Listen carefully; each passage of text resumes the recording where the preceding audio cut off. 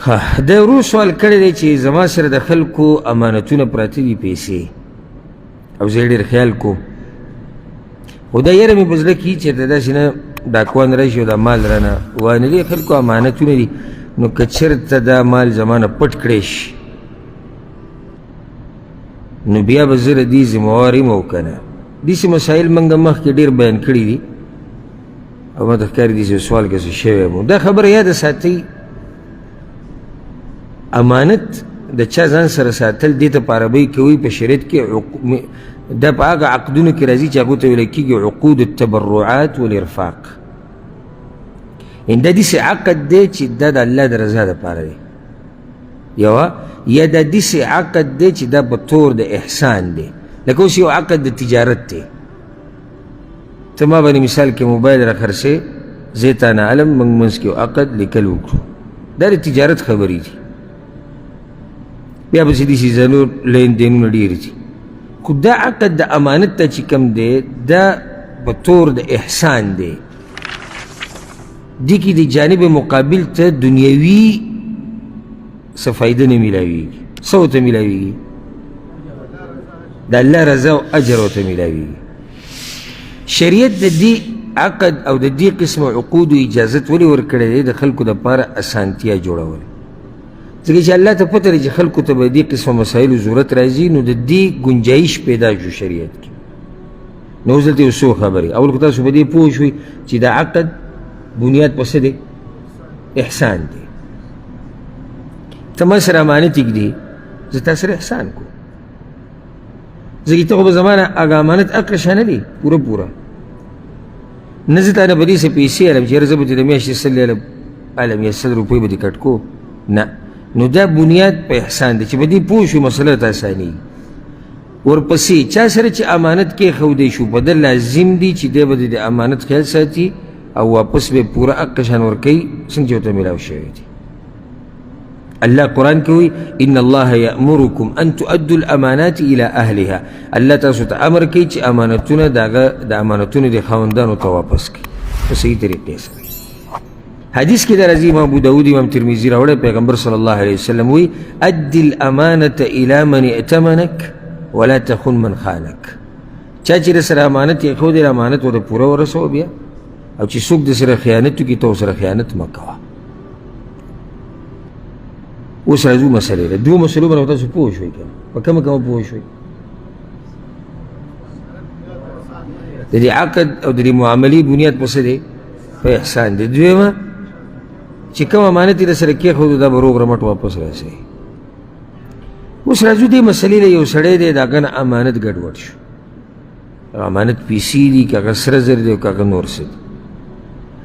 اوس دلته دوه خبرې دي یو قاعده د فقهي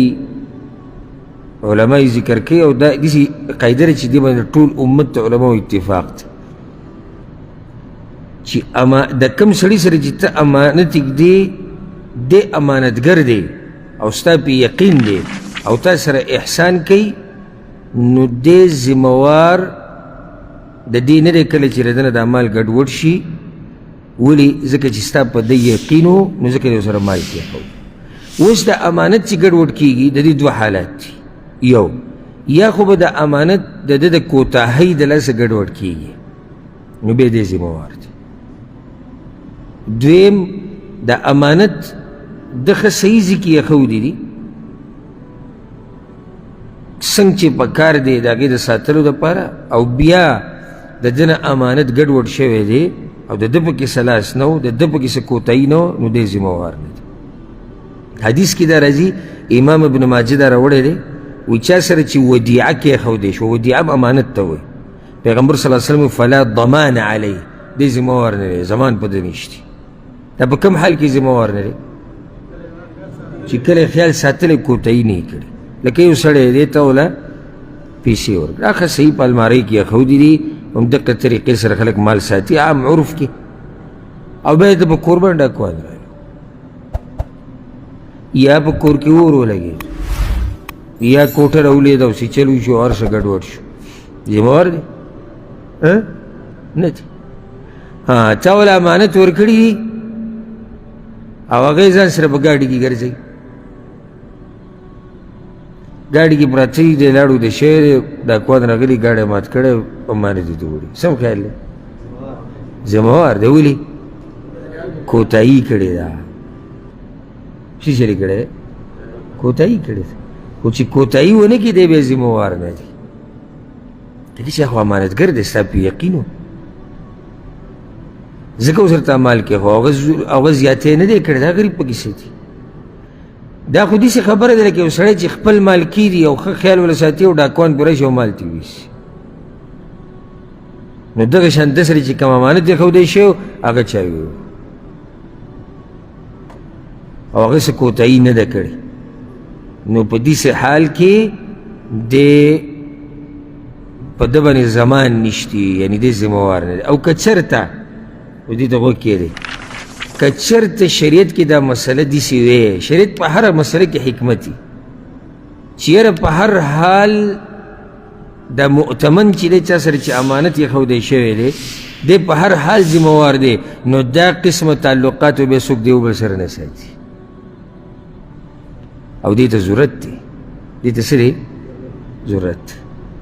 اوس که شریعت کې دا مسله چې په هر حال دی ذموار دی، بیا تا د چا نه امانت اخیستو؟ نه تا اخیستو نه ما اخیستو، او د خلکو ته ضرورت دی دې معاملې ته.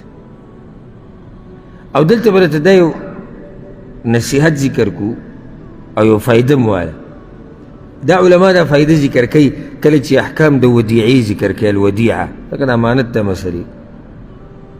وی کله نه کله امانت قبلول واجب وي، لکه تاله سړی امانت درکوي په باندې واجب دي چې ته یې ولې ځان سره کړي. کله چې کله د ده سره بل څوک نه وي چې د هغه سره د امانت کېږدي او ده ته ضرورت دی چې د چا سره یې کېږدي او دې سړي وس دي چې د ځان سره یې کېږدي، نو په ده لازم دي چې د امانت د ځان سره کېږدي، واجب شو. ښه کله دا مکروه وي، یعنی نه اخیستی غوره دي. کله چې کله یو سړی په ځان یریږي چې یاره زه کمزوری یم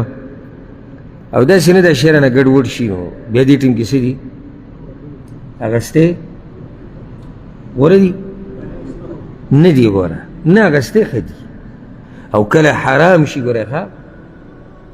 کله حرام دي چې کله د انسان ته یقیني پته وي چې دا شی زما نه ګډوډ کېږي. لکه اوس یو سړی دی په هغه ډېر شی قرضي دي او دی دې ته سور ناست دی چې ما له څوک امانت راکړي. ښه دا جایز دي چې یو سړی چاله امانت ورکړي، خو دغه مبلغ به واپس ورکړي، لازم نه چې دغه نوټونه به ته واپس ورکړي. او د ده اوس او طاقت شتي دا پیسې تاله هر وخت چې ته ترې وغواړې درکولی شي، او که هغه اخوی کړي دی خوی جدا مسله ده. یو سړي ته دا پته ده چې زما سره د جیب خرچه نشته او د ده د امانت زه ولګوم، بیا خو دا زه نشم راوړی، یا سره زر دي یا بل څه دي یا بل څه دي، دا زما نه ګډوډ کېږي یقیني، نو دله د امانت اخیسته څه دي؟ حرام دي. ځکه چې دوه نقصانه دي، د ده په ګناه کې واقع کېږي، نو ښه دا نه چې بچ شي. دویم د هغه بل مسلمان مال خرابېږي، نو چې د هغه مال هم خراب نه شي. نو دا تفصیل ورسره یاد ساتئ. والله اعلم.